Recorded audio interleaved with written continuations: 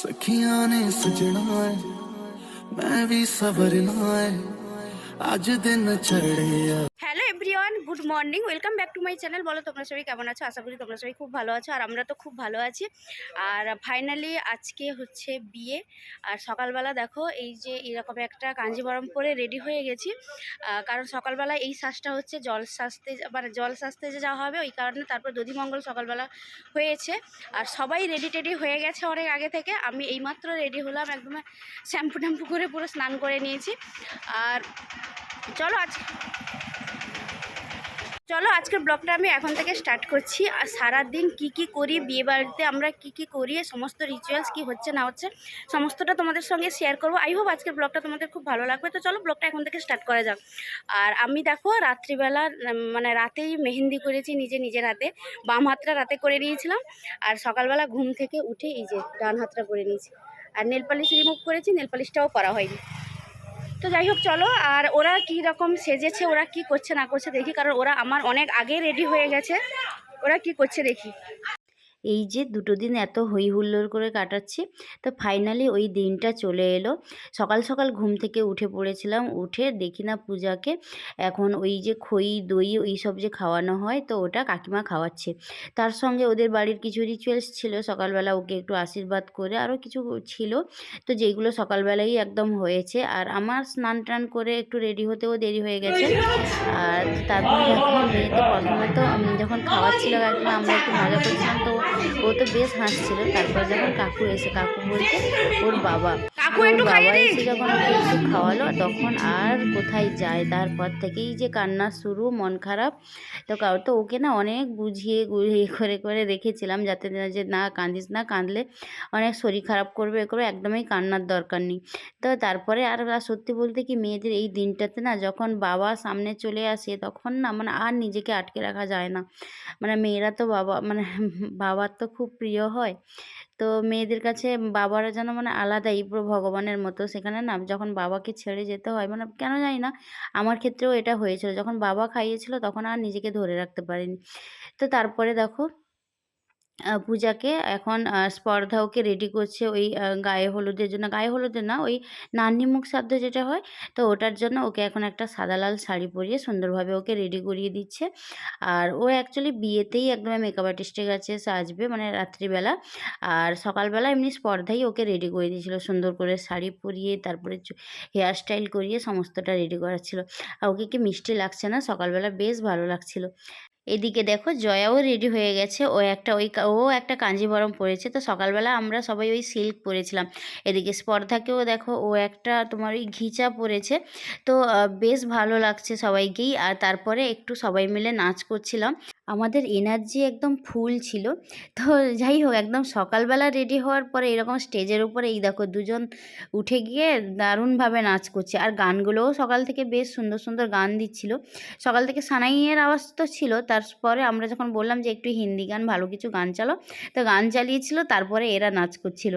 আর কি বলো তো, সকাল থেকে না আমি কথা বলে তো ব্লগ বানিয়েছিলাম, কিন্তু কি হবে, গান তো চলছিল সকাল থেকে, ওই জন্য কপিরাইটের জন্য পুরো সাউন্ডটা পুরো অফ করে দিতে হয়েছে।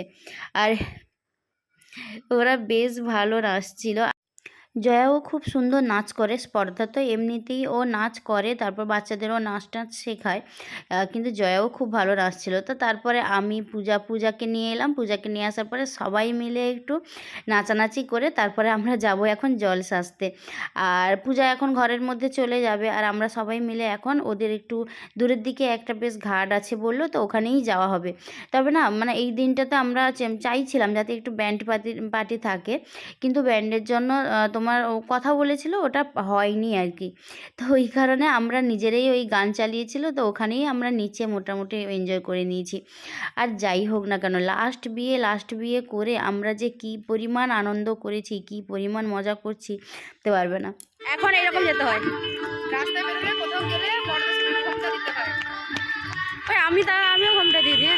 হ্যাঁ এখন একদম আমি বাবা জয়, হ্যাঁ রাস্তায় বেরোলে ঘোমটা দিতে হয়, ওইটুকু জ্ঞান নেই, শিষ্টাচার নেই।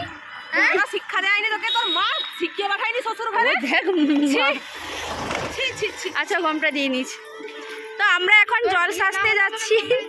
এই যে ঘোমটা দিয়েছিলাম না, আর বাকি দুজন এই যে ঘোমটা টমটা দিয়ে একদম জল সাজতে যাচ্ছি। আমরা মেয়ের মা মা মাসি আর জেঠিমা আমাকে বলছে তোর বিয়ে না হলে তো ঘোমটা দিতে হবে, তুই এইটুকু শিক্ষা পাসনি, বিয়ে না দিলেও ঘোমটা দিতে হবে। ঘোমটা দিয়ে মুখে ধরে এই তো সামনে আমরা সঙ্গে থাকি ঘোমটা দিয়ে।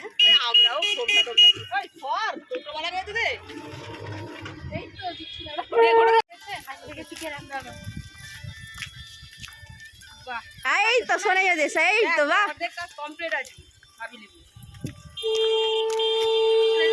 এ বাকিরা ঘোমটা দেয়নি, বলে পড়ছে কি করবো। আরে এই তো আমি ঠিক আছে তো, ওরাই ঠিক আছে তো ঘোমটা দিয়ে। হ্যাঁ হ্যাঁ ওকে প্র্যাকটিস করাচ্ছি, বিয়ের পরে তো আসলে দিদিরা মানে ঘোমটা দিয়ে চলে, মানে দিদিরা যেমন থাকে তাকে না, ওই জন্য সোনাইকে আগে থেকে আমরা রেডি করছি। সোনাইকে আমরা আগে থেকে তৈরি করে নিচ্ছি কিভাবে ঘোমটা দিতে হবে, ঘোমটা দিয়ে কিভাবে থাকতে হবে। আমরা এখন জল সাজতে যাচ্ছি। আর একটু ব্যান্ড পার্টি থাকলে ভালো হতো, আমরা সবাই নাচতে নাচতে যেতাম, কিন্তু ঠিক আছে। ব্যান্ড পার্টি তো কথা বলছিল গো, ব্যান্ড পার্টিটা পাওয়া গেল না, না হলে ব্যান্ড পার্টিটা হলে বেশ ভালো হতো না। শুভ দৃষ্টি মালা বদল হবে। তো সবাই আমরা এখন পুকুর ঘাটেও চলে এসেছি। আর পুকুরটা দেখো বেশ বড় না, দারুণ। এই পুকুরটাও বেশ বড় জায়গা, একদম বড় পুকুর ঘাট। আমাদের ব্যান্ড পার্টি একটু গান চালিয়ে দিয়ে একটু নেচে নি, সবাই দাঁড়াতে বলছে।